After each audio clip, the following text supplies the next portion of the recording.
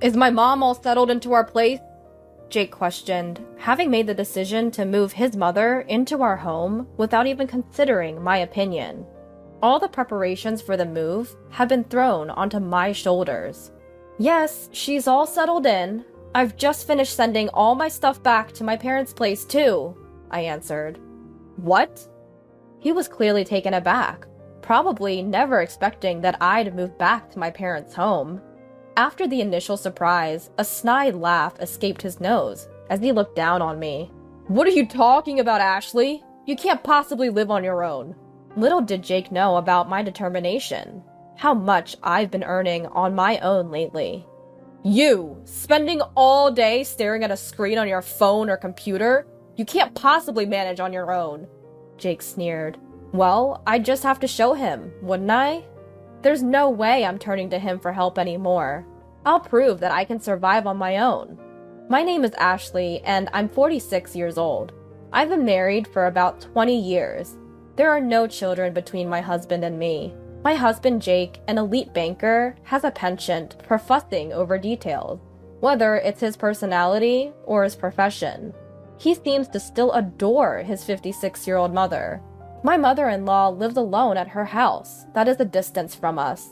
My father-in-law passed away 3 years ago. As an only child, Jake has been repeatedly urged by his mother to show her a grandchild soon.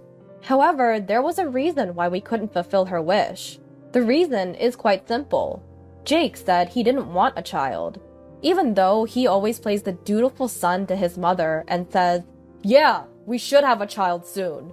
Whenever the subject of children comes up, when it's just the two of us, he changes tone, saying, "I said that in front of Mom, but having children is just a hassle. Well, I don't need that." So here we are at our age, childless. If we decided to have a child now, it would be a high-risk pregnancy.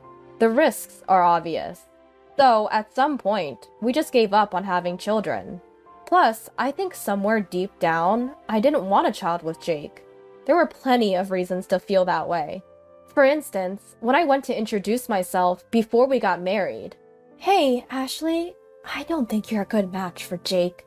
A banker's wife should be more, this won't last long." She whispered to me so Jake wouldn't hear. But to Jake, she would say sweet words like, "As long as Jake is happy, that's all that matters." It's exhausting dealing with two-faced people like her. It was the same about not having children. "I want to see my grandchild soon. When will you show me?"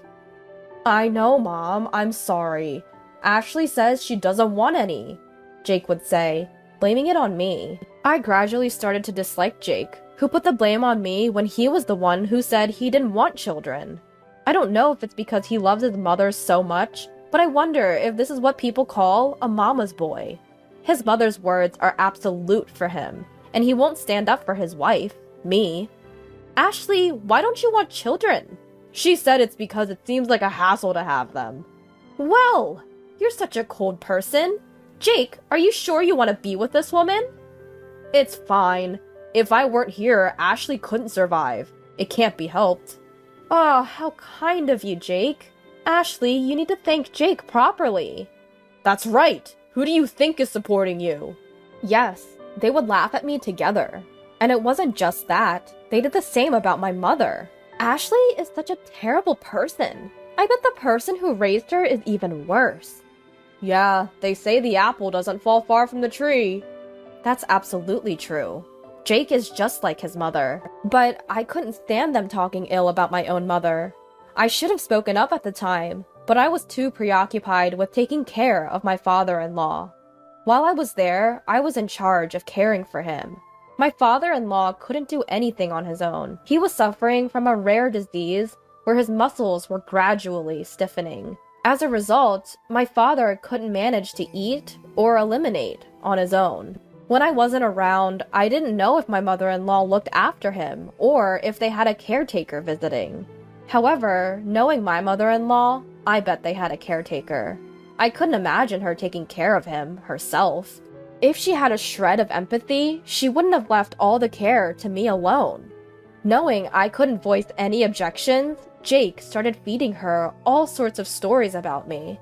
I can't stand this anymore. I don't want to continue this marriage. I want to leave.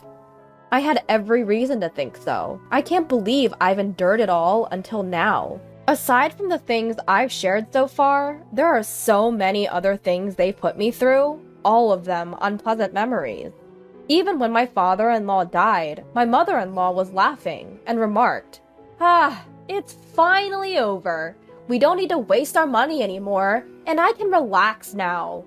Those aren't the words you use for a husband you've spent years with, especially when she hadn't done anything herself. I was the one who was taking care of him, all alone. Her comment about the money not being wasted probably means she had hired a caretaker after all. It was because of her character that I no longer wanted to be called her daughter-in-law. However, Jake recently spoke to me about her. Apparently, she's showing signs of dementia. When I asked to what extent, he said she started to forget things more often. Upon hearing this, I thought it was probably in the early stages of dementia.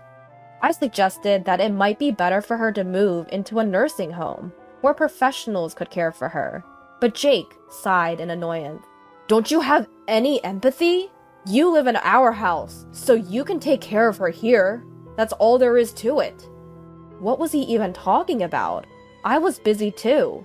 All you do every day is housework. If that's the case, you can take care of my mother.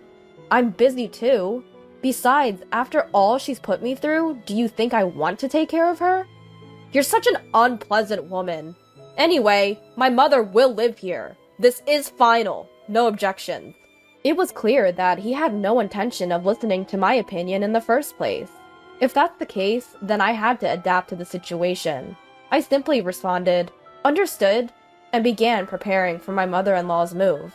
I went back and forth from my mother-in-law's house to our home, using my car.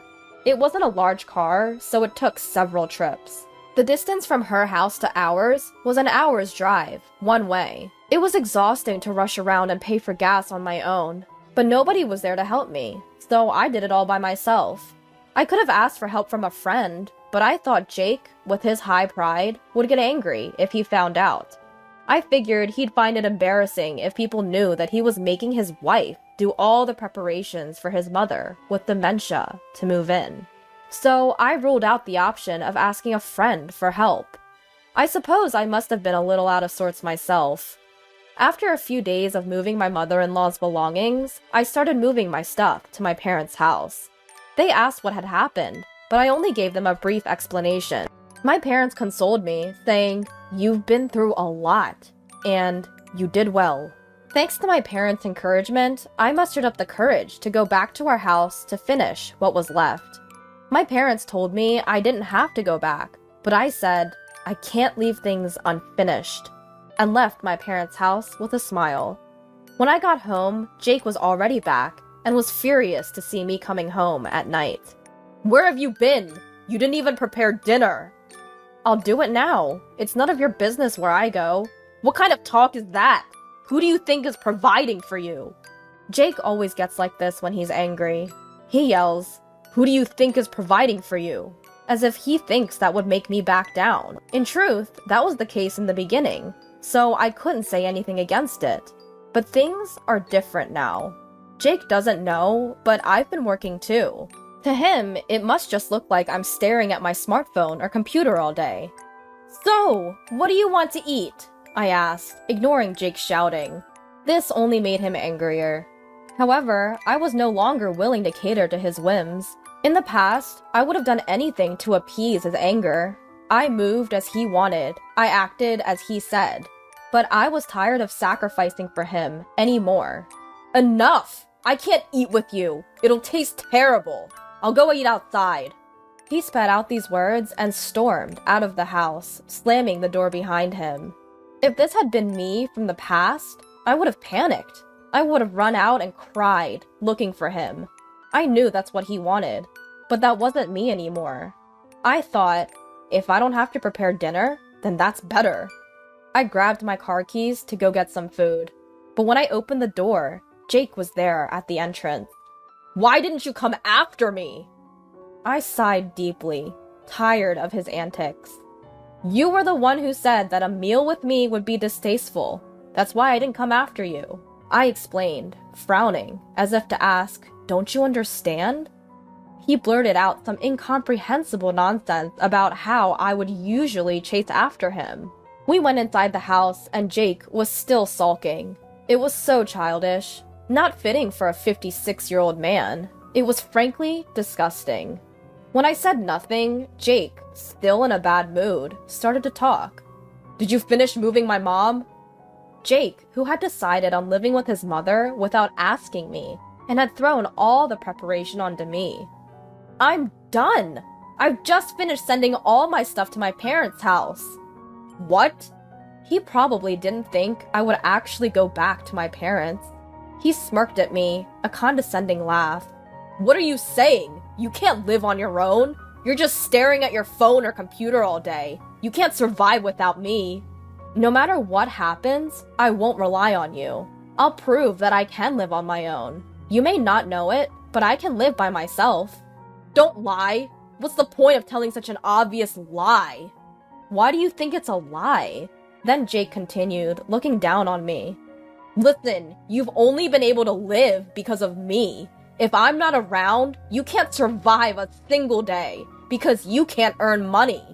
I wondered why he thought I couldn't earn money, but I didn't touch on it and said, even if I explain it here, you won't believe me, but I'll go back to my parents' house anyway. If you're going back to your parents' house, we should divorce. Don't cry and come back later. Do whatever you want. I can see you regretting your divorce in less than 3 days and coming back crying. Fine. That's okay. I've prepared the divorce papers. Please sign here. As Jake signed, sneering with an arrogant smile, I glared at him, grabbed the divorce papers, got in the car, and headed back to my parents' house. Jake seemed surprised that I actually went back to my parents' house. He called me a few times, but I decided to ignore it. However, after about 2 days of silence, since I got back home, the phone calls from Jake started again. I initially did not answer, thinking he might be abusive. But then a voicemail from Jake came in. I decided to listen to it. Ashley, are you angry? I'll forgive you, so come back. That was it. I'll forgive you? He's the one who proposed divorce, and yet he's saying this? If you think about the situation, it's me who should be forgiving Jake, not him. Of course, I would never forgive him.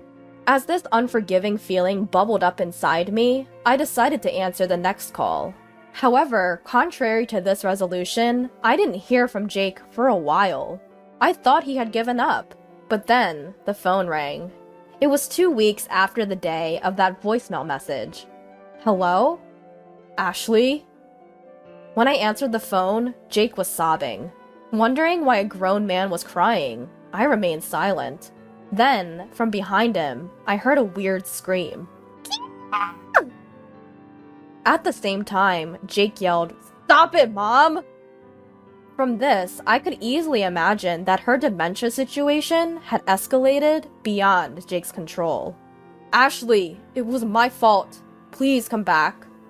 I don't know what you're talking about. I left. That's why you can come back.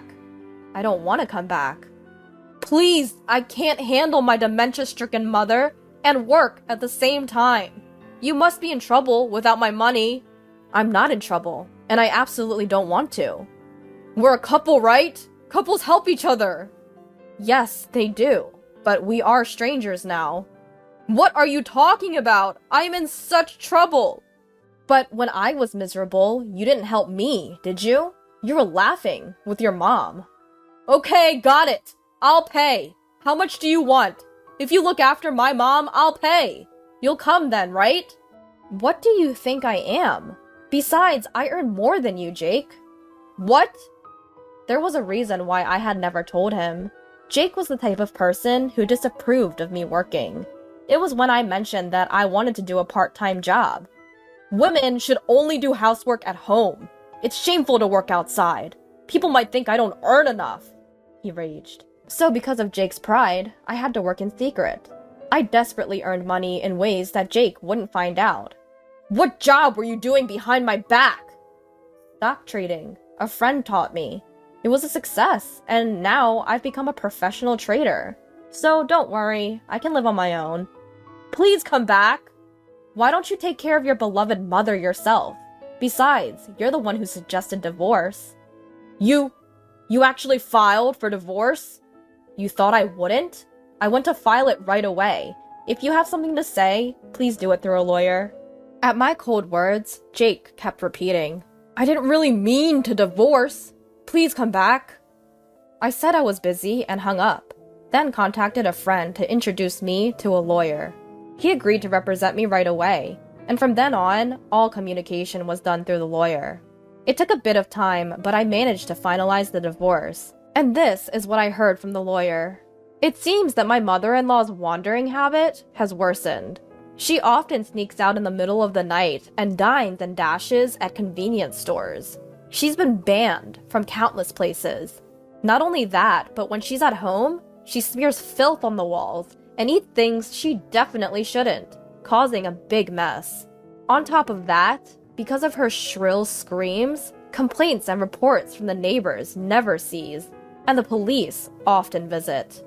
Despite the situation, Jake didn't resort to day services because of his ridiculous pride, saying, "People might think I'm a bad son if I leave my mother to a day service. It's shameful. It's not something a capable man like me should do. It could all be resolved if Ashley just came back." I heard that Jake, who used to rely on me and push everything onto me, is now a complete mess, incomparable to those days. He's thin, with hollow eyes, possibly from lack of sleep, and his appearance has become so ghost-like that it's even a topic of conversation in the neighborhood. When I heard that, I thought, it serves him right, but I didn't say it out loud and just thanked the lawyer. As for me, I've moved to the top floor of a tower apartment with my parents. Jake had always belittled my parents, but now I'm really glad I could live in a nice place with them. Finally free, I'm spending very happy days looking at the beautiful scenery every day.